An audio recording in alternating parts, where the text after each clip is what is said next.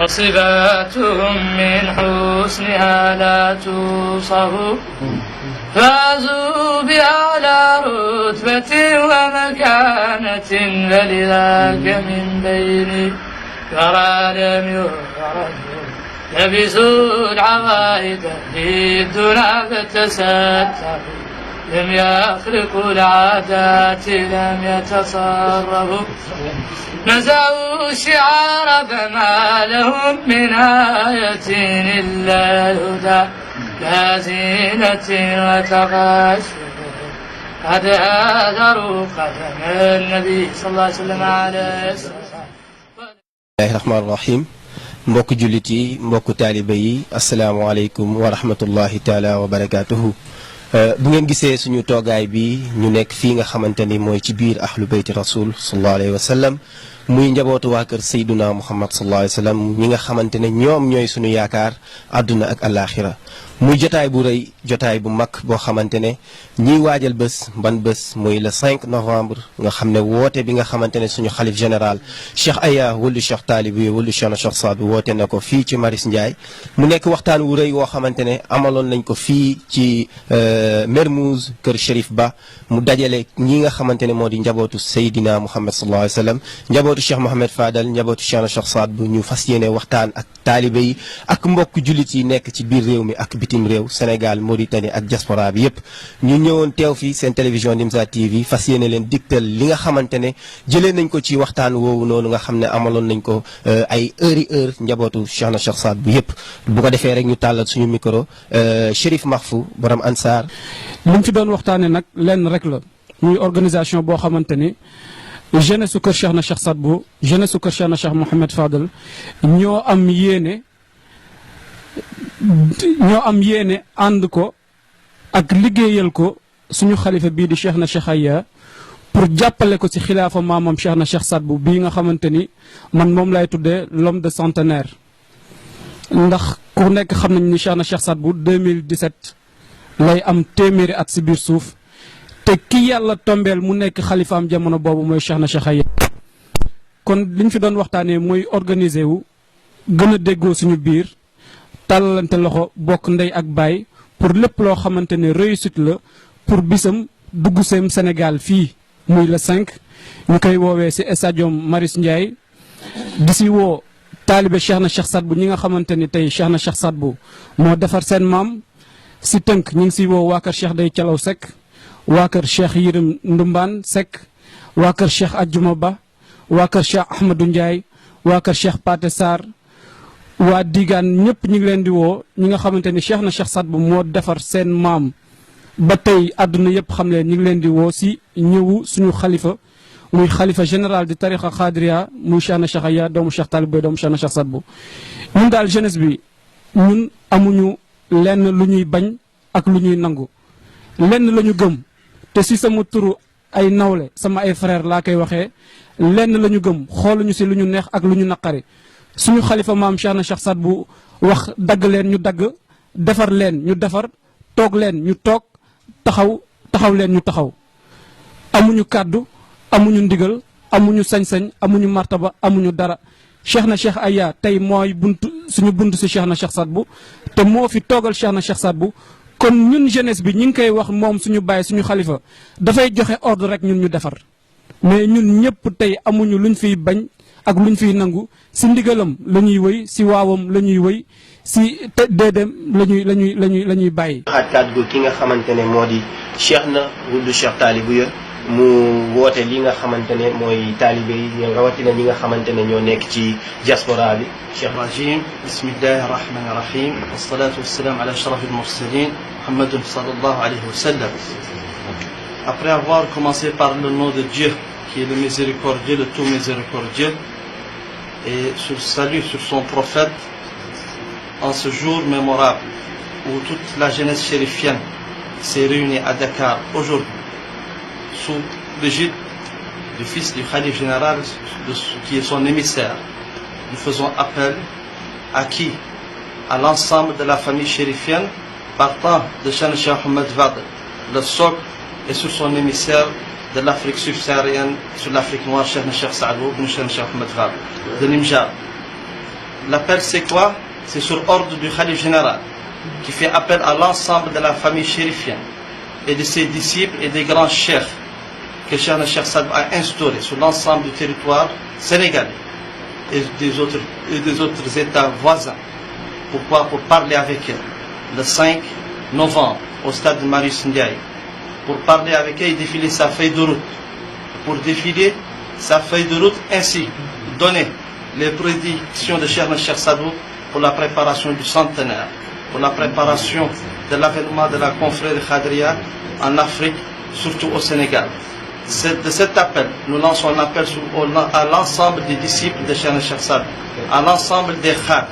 au niveau de tous les États, que ce soit Afrique, que ce soit de l'Europe et de l'Asie jusqu'aux États-Unis, pour leur présence, pour qu'ils viennent recueillir la bénédiction du Khalif général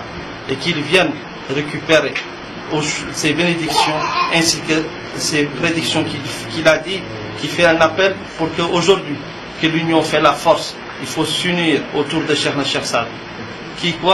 qui est vraiment ensoleillé, qui a relevé le défi par rapport à tout, instaurer la lumière là où personne ne croyait qu'elle pourrait être, pour élever la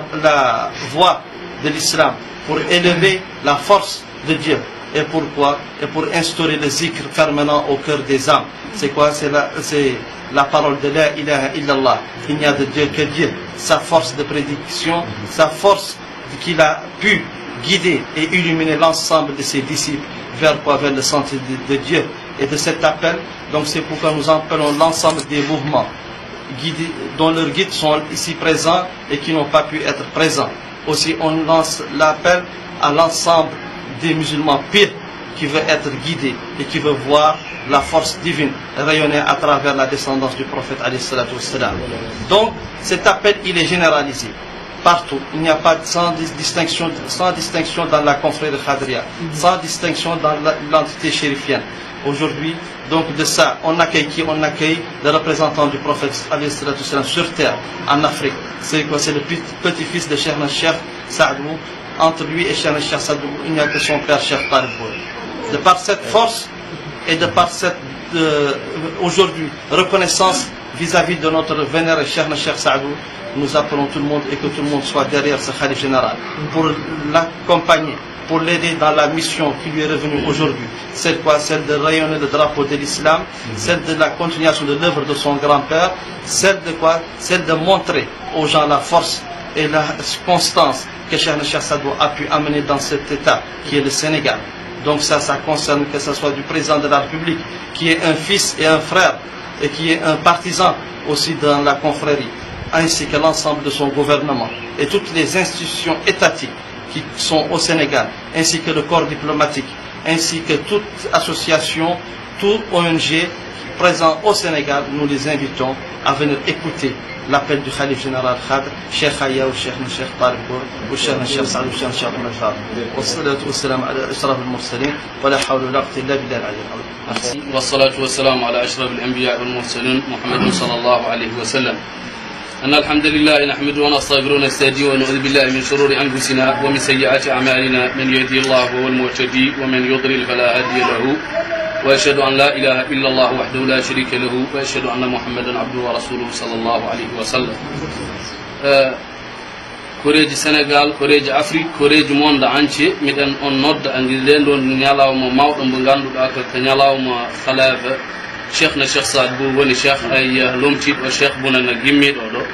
miɗen on nodda stadium Marius Ndiaye le 5 inchallahu rabbi kono ko le 3 o foti immade Mauritanie o naata Sénégal ara jippude makko miɗen ñaagui noon kala bi'eteɗo on ɗon ko Cheikh Saad Bou siknuma walla ko Cheikh Saad Bou bi noddortoɗa walla ko kam woni titarma aduna ala kar miɗen matto nodde o ñalawma ngara mballa amen jaggirna amen saabu min ngala ko wona président de la république makki ha arte e jangguinoɓe arte e labres uji miɗen noddi foof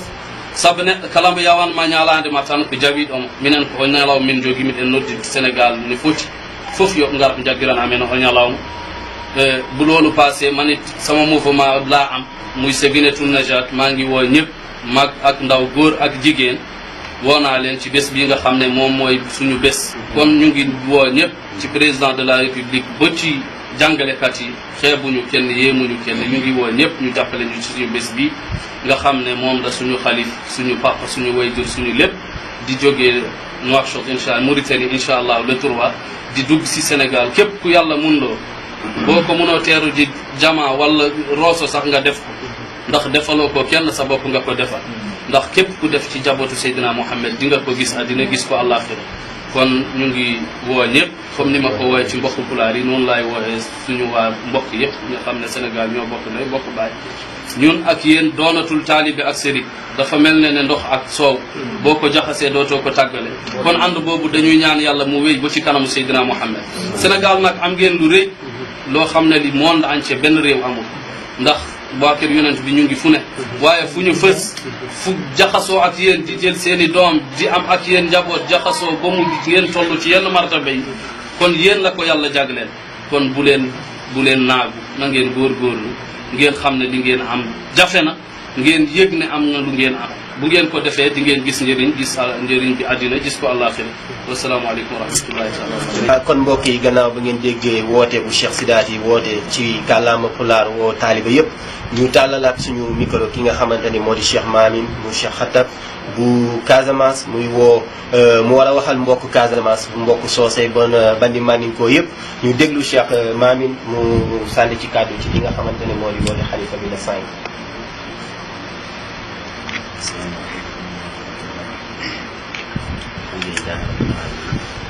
والصلاة والسلام على أشرف الأنبياء خلق الله نبينا سيدنا محمد صلى الله عليه وسلم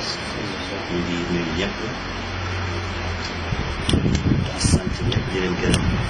dañu daje fii ci lu ñuy wax ndaw ñi ci kër Cheikh Mouhamed Fadel ku nekk xam na ne mag dafay am xalaatam wante doole ji koy jëf ci ndaw lay nekk loolu moo ñu dajale fii ñu wane suñu booloo ne ñun ñëpp benn lañu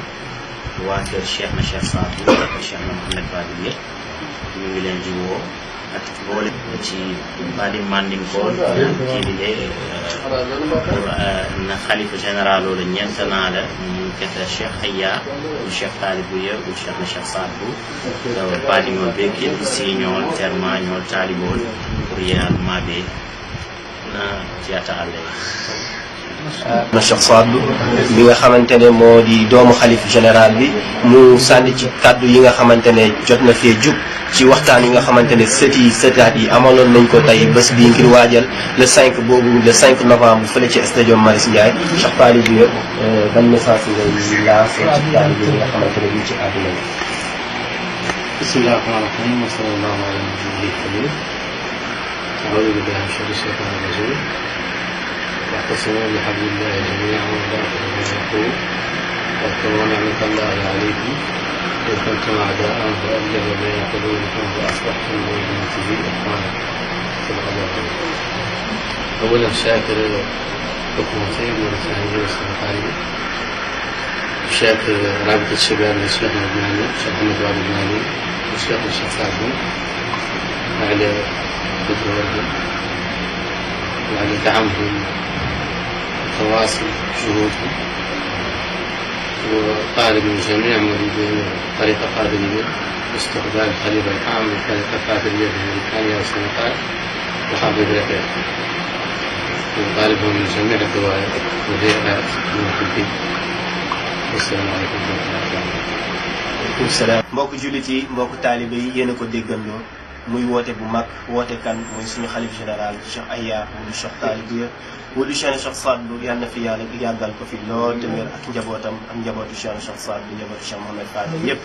muy le 5 novembre fële ca stadium Marius Ndiaye journée bi yëpp la nag ñu ngi woo taalibe yi nekk ci àdduna bi yëpp ñu ñëw wuy si woote wi nga xamante ne suñu sang yi suñu yaakaar àdduna ak àllaaxira yi woo nañ ñu ko képp kuy taalibe fépp foo mën a nekk ci réew mi ak bitim réew ñi ngi lay ñaan nga ñëw wuy si woote xalif général boobu nga xamante ne woote na ko le 5 novembre ci stadium Marius Ndiaye mu nekkoon li nga xamante ne lañ leen jëleloon ci rencontre bi nga xamante ne jeune chérif yi defoon amaloon nañ ko tey ngir waxtaan lan la ñuy doolelee xalif général bi nan la ñuy doolelee tarixatul xaadiriya bii nga xamante ne seen yëf la seen i mbir la ñun ñii di taalibe yi nga xamante ne ñoom ñooy suñu arme ñoom ñooy suñu yaakaar ñoom ñooy suñu doole donc nañu wuyu si woote woowu nga xamante ne woote nañ ko fii ci